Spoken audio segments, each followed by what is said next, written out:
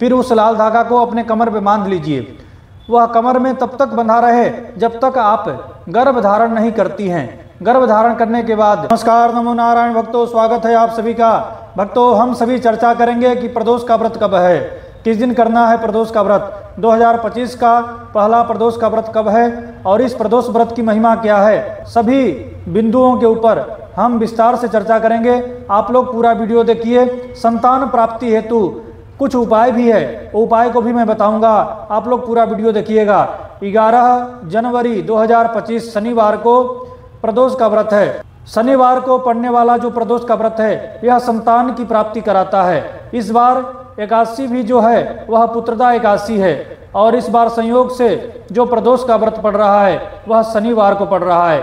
शनिवार के दिन प्रदोष का व्रत पड़े तो उसे कहा जाता है कि संतान की प्राप्ति कराता है। भक्तों, हमारे धर्म ग्रंथों एवं पुराणों में कहा गया है कि शुक्ल पक्ष हो, त्रयोदशी तिथि हो और शनिवार हो, इस दिन प्रदोष का व्रत पड़े और कोई प्रदोष का व्रत करता है तो उससे संतान की प्राप्ति होती है। उसके जीवन में जो संतान का अभाव है, संतान सुख यदि व्यक्ति प्राप्त नहीं किया है और वह शनिवार को पड़ने वाली प्रदोष का व्रत करे तो उसे संतान की प्राप्ति होती है। अलग अलग दिन में प्रदोष व्रत की अलग अलग महिमा है। रविवार को जो प्रदोष का व्रत पड़ता है वह आयु वृद्धि, आरोग्यता, आयु की प्राप्ति कराता है, यश कीर्ति की प्राप्ति कराता है और आरोग्यता की प्राप्ति कराता है। जो सोमवार का प्रदोष का व्रत है वह मनोकामना की पूर्ति करता है। सभी मनोकामना पूर्ण होते हैं सोमवार के प्रदोष के व्रत करने से। प्रदोष का व्रत करने से ऋण से मुक्ति मिलती है, क्योंकि ऋण मोचनार्थम तु भौमवारेण संयुता। मंगलवार का दिन हो और प्रदोष का व्रत पड़े तो कहा गया है कि आपका भूमि भवन का विवाद, ऋण से मुक्ति और जमीनी कोई भी विवाद हो, चर्म रोग, ब्लड संबंधित रोग से मुक्ति मिलती है। बुधवार का जो प्रदोष का व्रत है वह प्रदोष का व्रत राजनीतिक लाभ देता है, बुद्धि विवेक की प्राप्ति कराता है और मनोकामना को पूर्ण करता है।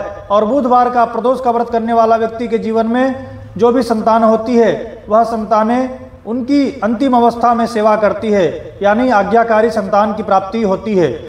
गुरुवार का जो प्रदोष का व्रत है वह आध्यात्मिक लाभ देता है, भाग्योदय कराता है, जीवन में आध्यात्मिक विकास की प्राप्ति होती है।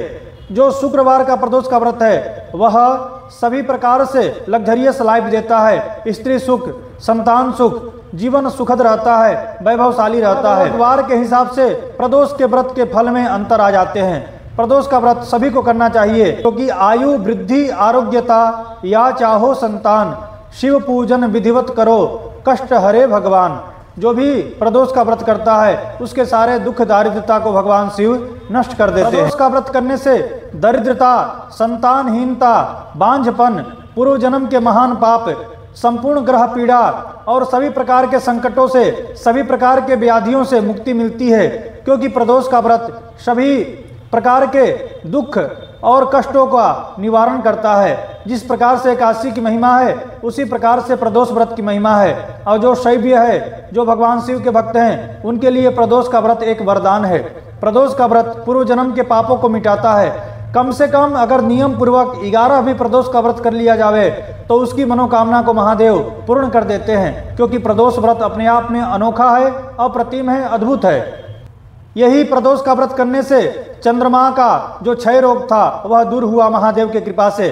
चंद्रमा ने भी प्रदोष का व्रत किया था और यह प्रदोष का व्रत नंद बाबा उज्जैन में महाकाल की नगरी में जाकर के प्रदोष का व्रत किए थे और रुद्राभिषेक किए थे। भगवान शिव प्रसन्न हुए। शिव पिंडी, शिवलिंग में से आवाज आया कि हे नंद बाबा, आपके पूजा सेवा से मैं प्रसन्न हुआ, आप अपने घर जाओ। आपके घर में जगत के नाथ जगन्नाथ भगवान श्री हरि स्वयं आपके घर में बालक बन के आएंगे, क्योंकि नंद बाबा को भी संतान सुख की प्राप्ति भगवान महादेव के आशीर्वाद से, संतों के आशीर्वाद से प्राप्त हुआ था। 11 जनवरी 2025 शनिवार को सुबह 8:21 से त्रयोदशी तिथि प्रारंभ हो रही है। 12 जनवरी 2025 रविवार को सुबह में 6:33 पर त्रयोदशी तिथि समाप्त हो रही है। तो निशा व्यापिनी, चंद्रोदय व्यापिनी जो प्रदोष का व्रत है वह 11 जनवरी 2025 शनिवार को किया जाएगा। प्रदोष व्रत में शिव पूजन की महिमा है। सायंकाल जो है प्रदोषो रजनी मुखम, त्रयोदशी में जो सायंकाल का समय होता है उसे ही प्रदोष वेला कहा गया है। गोधूली वेला, प्रदोष काल। जो प्रदोष काल का शिव पूजन का जो समय है वह 5:43 से लेकर के 8:29 तक, यही समय अवधि है शिव पूजा करने का। इसी में आपको शिव का पूजन करना है।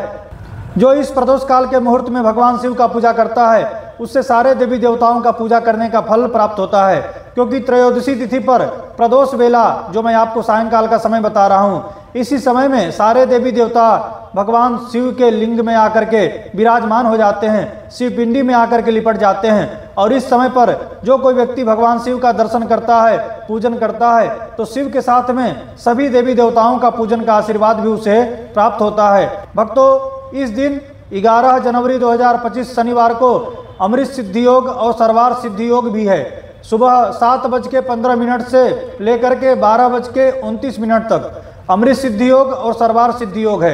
ये दोनों योग का ये प्रभाव है कि इस दिन, इस समय में अगर कोई भी कार्य किया जावे तो वह सभी प्रकार से सिद्धि देने वाला होता है। उस कार्य में अमृत तत्व की प्राप्ति होती है, यानी वह कार्य अजर अमर के समान फल देता है और उस कार्य के सारे विघ्न, बाधा, रुकावटें सब दूर हो जाती है। प्रदोष काल में शिव का पूजन अवश्य करना चाहिए।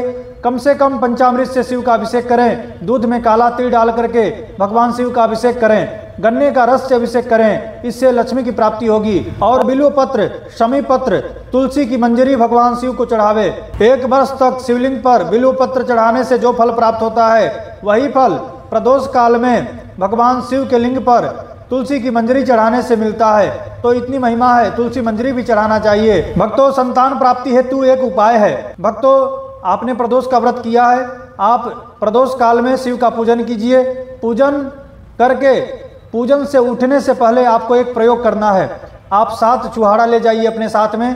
7 चुहाड़ा को अपने राइट हैंड में रखिए, शिवलिंग से 7 चुहाड़ों को स्पर्श कराइए और भगवान शिव से प्रार्थना कीजिए कि हे भगवान, हे महादेव, हे दयालु, आपका दिव्य तेज, ओज, शक्ति इस चुहाड़े के अंदर प्राप्त होवे। ऐसा बोल करके उस चुहाड़ा को मुट्ठी में बंद कर लीजिए। उसको फिर थाली के अंदर रख लीजिए।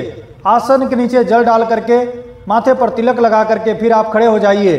खड़े होकर के आप घर जाइए। घर जा करके वह 7 चुहाड़ा जो है उसे गाय के दूध में गरम करके उसके अंदर आप कूट करके भी डाल सकते हैं अथवा बारीक करके भी डाल सकते हैं। वह 7 चुहाड़ा एक एक करके आपको अपने पति को, हस्बैंड को पिलाना है। भगवान महादेव के आशीर्वाद से कम 15 दिन अथवा 1 महीना पिलाइए। महादेव के आशीर्वाद से, महादेव की कृपा करुणा से आपको संतान सुख की प्राप्ति होगी, यदि आप निष्ठा और श्रद्धा पूर्वक ये प्रयोग करते हैं तो। एक और प्रयोग है कि प्रदोष काल में शिव पूजन करने के बाद लाल धागा अपने अंगूठे से लेकर के शिखा के चोटी तक, ऊपर तक नाप लीजिए।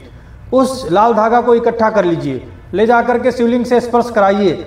भगवान महादेव से प्रार्थना करना है कि हे प्रभु, हमसे कोई जाने अनजाने में अपराध हुआ है, गलती हुआ है, दोष बना है तो उसे माफ कीजिए, हमें संतान सुख की प्राप्ति कराइए। इस प्रकार से उस लाल धागा को भगवान शिवलिंग से स्पर्श कराइए। उस लाल धागा के ऊपर अष्टगंध, भस्म, चंदन, रोली से उसका पूजन कर लीजिए। धूप दिखा दीजिए, दीप दिखा दीजिए। फिर उस लाल धागा को अपने कमर पे बांध लीजिए। वह कमर में तब तक बंधा रहे जब तक आप गर्भ धारण नहीं करती हैं। गर्भ धारण करने के बाद उस लाल धागा को ले जा करके नदी में प्रवाहित कर दीजिए, जल प्रवाहित कर दीजिए। यह संतान प्राप्ति हेतु उपाय था। भक्तों, आपको यह वीडियो अच्छा लगा हो तो इसे लाइक कर दीजिए। चैनल पर नए हैं तो इसे सब्सक्राइब कर लीजिए, बेल आइकन को दबा देवें ताकि मैं कोई भी वीडियो अपलोड करूं उसका नोटिफिकेशन आप तक पहुंचे। आप सभी को श्री हरि, आप सभी को नमो नारायण। ओम श्री मात्रे नमः।